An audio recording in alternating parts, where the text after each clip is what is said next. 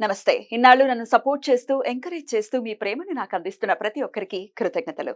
అలాగే ఈ వీడియో కూడా ఖచ్చితంగా మీకు ఉపయోగపడుతుంది. లైక్, షేర్ అండ్ సబ్స్క్రైబ్ చేసి మీ సపోర్ట్‌ని నాకు అందించండి. అలాగే ఈ వీడియో పట్ల మీకున్న అభిప్రాయాన్ని కామెంట్ సెక్షన్‌లో కామెంట్ చేసి తెలియజేయండి. ఇప్పుడు వీడియోని చూద్దాం.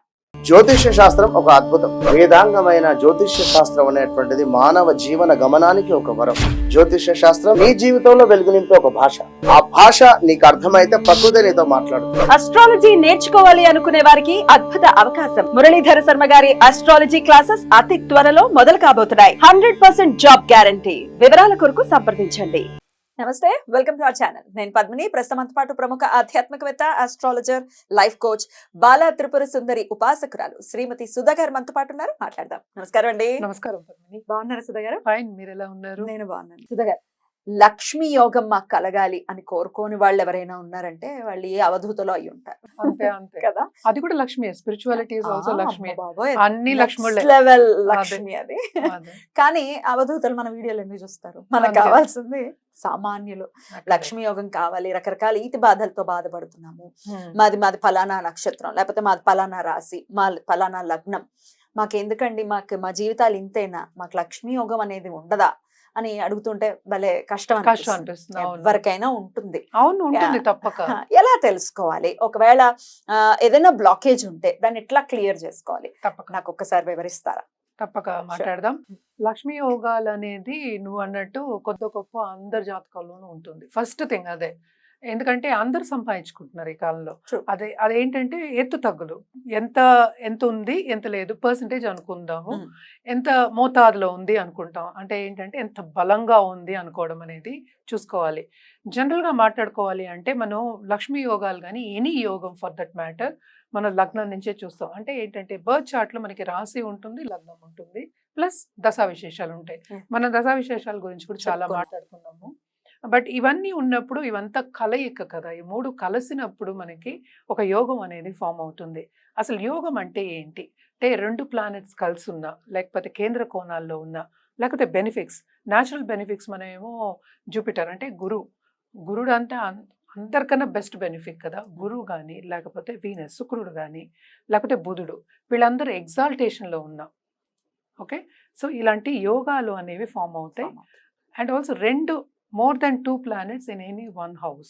అంటే ఒక్కొక్క దాంట్లో భావం అంటాం. ఇప్పుడు 12 రాసులే, మళ్ళీ 12 భావాలే, 12 అవే ఇల్లులు అయ్యాయి. అంటే ఇల్లులు అంటే ఫస్ట్ ఏంటంటే మనం లగ్నం అంటాం. ఉదయించే సూర్యుడు, నువ్వు పుట్టావు కనుక అది లగ్నం అనుకుంటాము. రెండో ఇల్లు సెకండ్ భావం, అంటే ఫైనాన్షియల్ స్టేటస్ చెప్పడానికి అది ఉంటుంది. అలాగే మనం చూసామంటే 11th house చూస్తాం. నువ్వు పుట్టిన లగ్నం నుంచి యోగాలన్నీ చూడాలన్నమాట. So 11th house, second house and 9th house అంటే భాగ్యాధిపతి ఎక్కడ ఉన్నాడో చూసినప్పుడు, plus combination of Jupiter and Venus, శుక్రుడు ప్లస్ గురుడు, వీళ్ళందరితో కాంబినేషన్ అయితే లక్ష్మీ యోగాలు అనేవి ఫామ్ అవుతాయి. దీంట్లో ఏంటంటే దారిద్ర్య యోగాలు ఉంటాయి, అలాగే లక్ష్మీ యోగాలు ఉంటాయి. అంటే ఎంత మోతాదులో ఉంటాయి అనేది చూసుకోవడం అనేది వెరీ ఇంపార్టెంట్. ఎందుకు ఇంపార్టెంట్ అంటే, మనకి ఏదైనా ఈజీగా అయిపోతే హ్యాపీ ఫీల్ అవుతాం. ఏదైనా కష్టపడ్డాం అంటే అయ్యో కష్టపడుతున్నాం అనుకుంటాం. కష్టపడందే ఏమి రాదనేది ఒకటి క్వశ్చన్. నిలబడదు, దట్ ఈస్ ఓకే. బట్ కష్టపడినా రాకపోతే అది బాధాకరం. సో ఇన్ని పొజిషన్స్ ఉంటాయి దాంట్లో. కొంతమంది ఏంటంటే పుట్టినప్పుడే వాళ్ళు సంపదతో పుడతారు.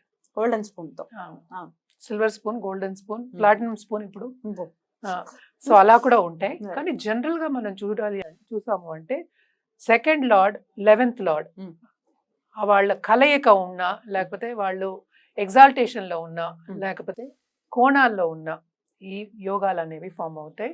Plus 9th lord also. So ఒక్కొక్క లగ్నానికి ఒక్కొక్క లార్డ్స్ అంటే లార్డ్షిప్స్ అనేవి డిఫరెంట్ అయిపోతాయి కనుక తప్పక ఒక్కొక్క లగ్నానికి మనం మాట్లాడుకోవచ్చు. మరి ద్వాదశ రాశుల గురించి, రాశి కానీ లగ్నం కానీ ఏది ఎలా ఉంటుంది అనేది ఒకసారి వివరంగా తెలియచేయండి.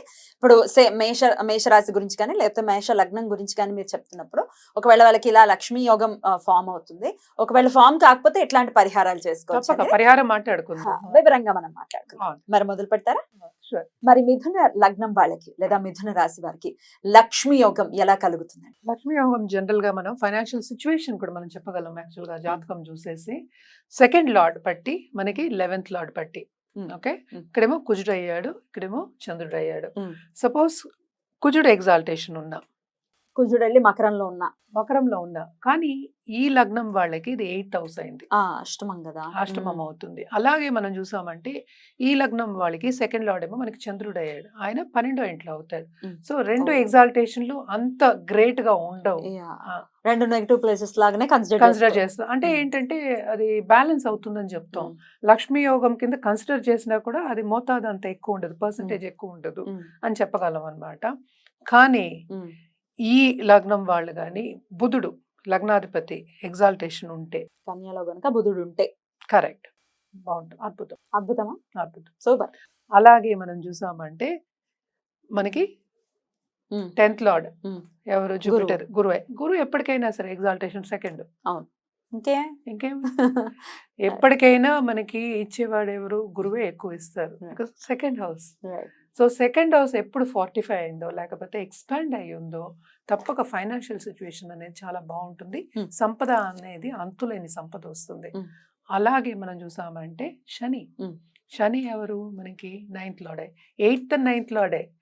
9th లార్డ్ కింద కూడా వ్యవహరిస్తారు కదా, ఆయన ఎగ్జాల్టేషన్ ఇక్కడ 5వ ఇంట్లో. ఇంకా 5 కూడా సంపదకే కదా మరి. సో చదువులో వాళ్ళు బాగా పైకి వస్తారు. అండ్ ఆల్సో ఏంటంటే ఇంటి పరిస్థితిని చూసుకుంటూ పిల్లల్ని సాదుకుంటూ అన్ని పరిస్థితులు చూసుకుంటూ అన్ని చూసుకుంటూ బాధ్యతాయుతంగా ఉంటారు. కరెక్ట్, అది సింపుల్ వర్డ్ అది ఉండి అలాగే సంపద అనేది వాళ్ళు సాధిస్తారు అనేది చెప్పచ్చు అన్నమాట. సో మోస్ట్ ఇంపార్టెంట్ ఏంటి, మనకి లగ్నాధిపతి కూడా స్ట్రాంగ్ గా ఉండాలి. అంటే ఏంటి, ఆయుకరకుడు మనకి శని అయ్యాడు ఇక్కడ, ఆయుకరకుడు. అండ్ ఆల్సో ఏంటంటే లగ్నాధిపతి మనకి ఇవ్వాలి, ఆయు కూడా ఇవ్వాలి. అంటే ఏంటి, లాంజివిటీ ఇవ్వాలి. లాంజివిటీ ఇస్తేనే మనకి సంపద కూడా మనకి ఎక్కువ పెట్టుకోవడానికి. కానీ ఇప్పుడు సపోజ్ బ్యాంక్ అకౌంట్ లో పెట్టుకోవాలన్నాడు, చేర్చుకోవాలి అన్నప్పుడు ఇవన్నీ జరుగుతాయి. మనం అంటూ ఉండాలి కదా, అదే కదా, అది మోస్ట్ ఇంపార్టెంట్. చాలా మంది ఏంటంటే ఇవి ఉన్నాయి, నాకు కాల్స్ వస్తూ ఉంటాయిగా, మాకు ఈ పొజిషన్ లో ఇవన్నీ ఉన్నాయి, నాకెందుకు డబ్బు రావట్లేదు అని అడిగే వాళ్ళు ఉంటారు. అలా అడిగినప్పుడు ఏంటంటే మన దశా విశేషాలు చూసుకుంటాం. పీరియడ్ వాళ్ళకి కరెక్ట్ గా ఆ పీరియడ్లు వస్తే ఎక్కడ ఏమున్నాయో ప్లేస్మెంట్ చూసుకుని ఆ పీరియడ్ వచ్చినప్పుడు తప్పక వాళ్ళు పైకి వెళ్తారని చెప్పగలం. కానీ మీరుంటూ అది ఉండి ఆ పనులు చేసుకుంటూ ఉంటే జరుగుతుంది, అంతే కదా. సో వీళ్ళకి మరి పరిహారం కింద చెప్పండి. సపోజ్ సెకండ్ లార్డ్ కి మనం ఎక్కువ చేయాలి అంటే ఏంటంటే మనం చంద్రుడికి చేయాలి అంటే సోమవారం రుద్రాభిషేకం చేయించుకోవడం, అలాగే గణపతి పూజలు చేయించుకోవడం వెరీ వెరీ ఇంపార్టెంట్ అన్నమాట. ఎందుకు ఇంపార్టెంట్ అంటే మనకి ఆబ్స్టికల్స్ రాకూడదు. మోస్ట్ బిజినెస్ పీపుల్కి ఆబ్స్టికల్స్ ఉంటూనే ఉంటాయి. సో కంటిన్యూస్గా నిత్యం చేయడం అనేది ఎక్స్ట్రీమ్లీ ఇంపార్టెంట్. నేను లక్ష్మీదేవిది చేసుకోవాలని అందరికీ చెప్తూనే, అది కూడా నిత్యం చేసుకోవచ్చు. బ్యూటిఫుల్ అండి, చాలా అద్భుతంగా వివరించారు. మరి నెక్స్ట్ ఎపిసోడ్ లో కర్కాటక రాశి లేదా కర్కాటక లగ్నం వాళ్ళకి లక్ష్మీ యోగం అనేది ఎలా పడుతుంది అనేది నెక్స్ట్ వీడియోలో చూద్దాం. థ్యాంక్ యూ అండి, నమస్తే.